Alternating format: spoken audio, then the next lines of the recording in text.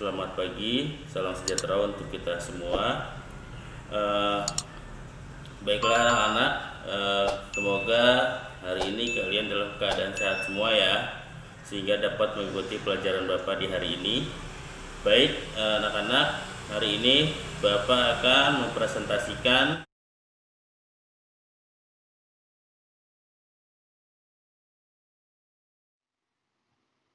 Assalamualaikum warahmatullahi wabarakatuh. Selamat pagi semua anak-anakku.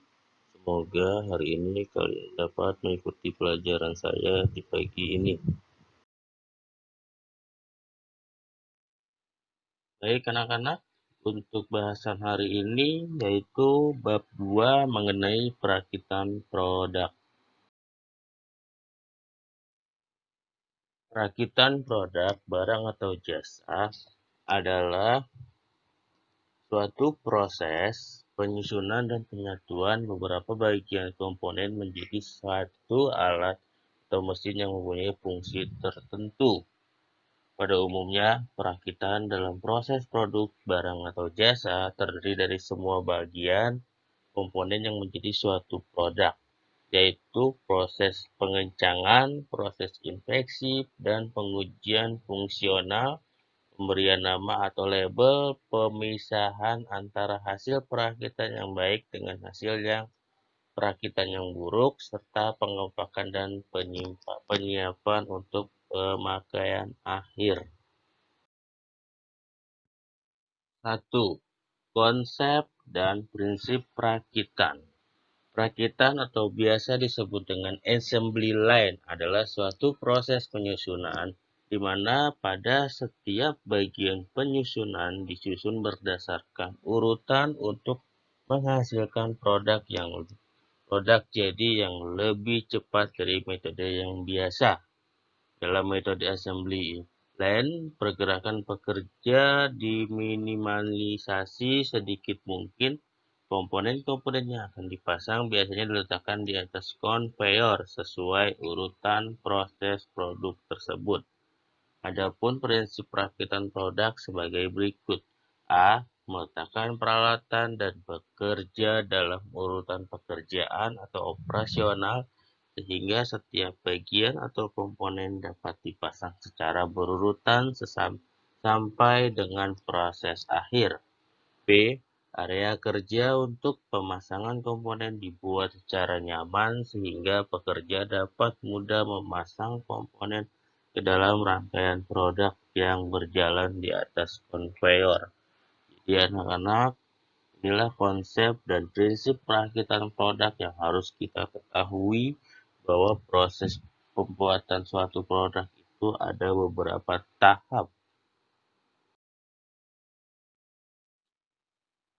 Dalam metode perakitan, banyak sekali penghematan waktu yang diperoleh.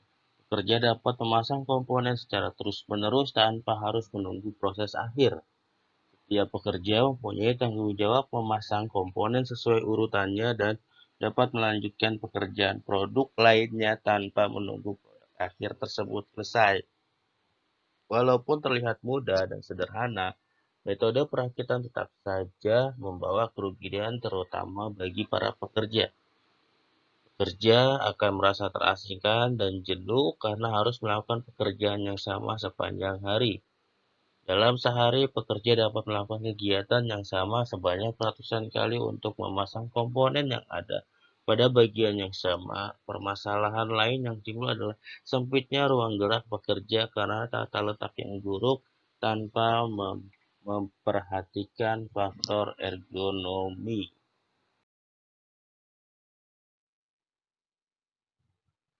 2. Jenis-jenis perakitan. Dalam proses perakitan terdapat beberapa jenis perakitan yang harus digunakan terutama di dalam industri. Hal ini tergantung pada pekerjaan yang dilakukan. Dalam hal ini biasanya faktor dan bentuk dalam jumlah produk yang akan dihasilkan sangat menentukan jenis perakitan yang dilakukan.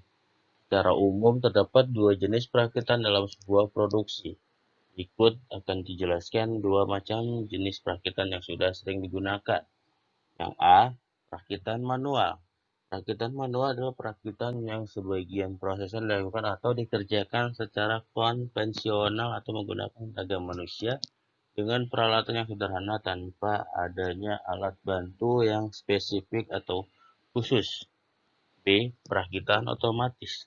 Perakitan otomatis adalah perakitan yang dikerjakan dengan menggunakan sistem otomatis seperti otomasi, elektronik, mekanik, gabungan mekanik, dan elektronik atau mekatronik, dan membutuhkan alat bantu yang lebih spesifik atau khusus.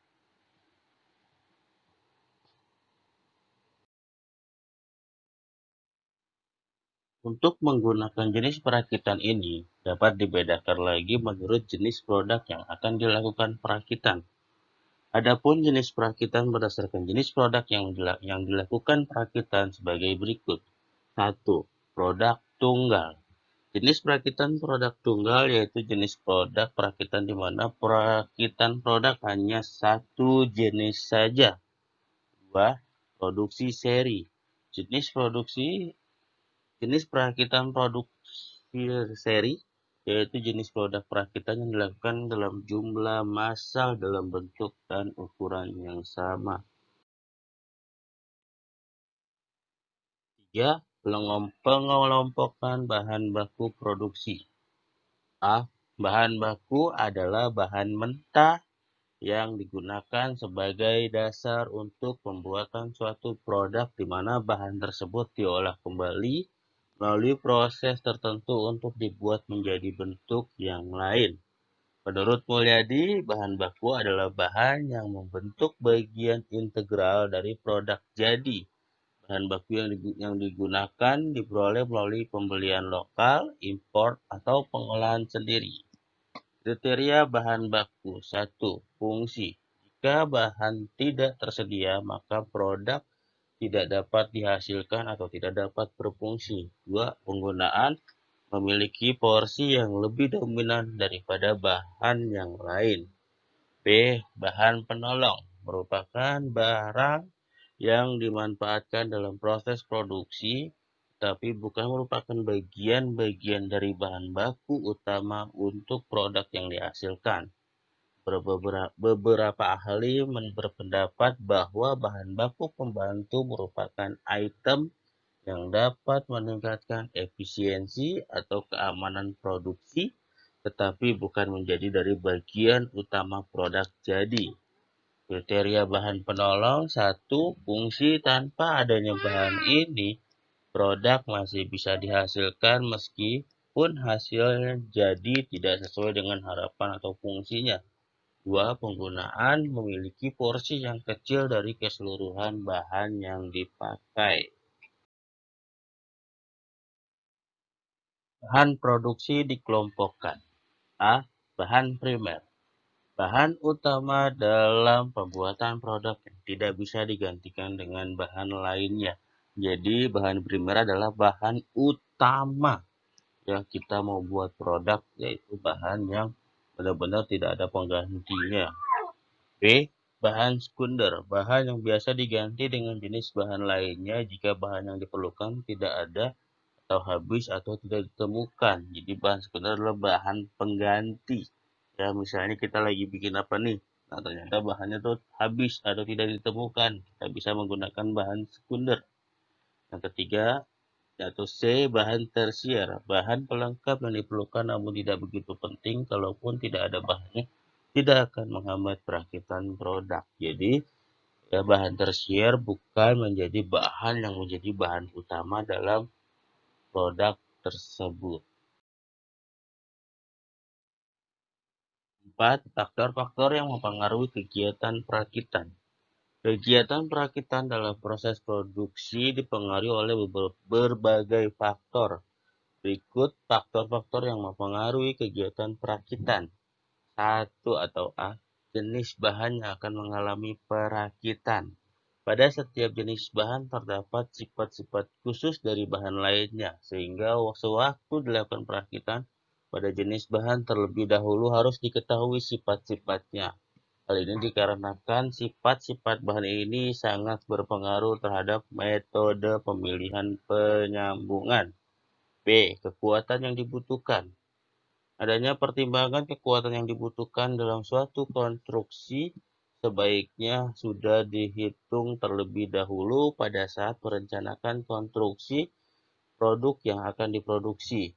Hal ini disesuaikan dengan mempertimbangkan kegunaan konstruksi dan atas dasar ini, maka dapat dipilih metode produksi yang akan dipakai yaitu metode penyambungan dalam perakitan.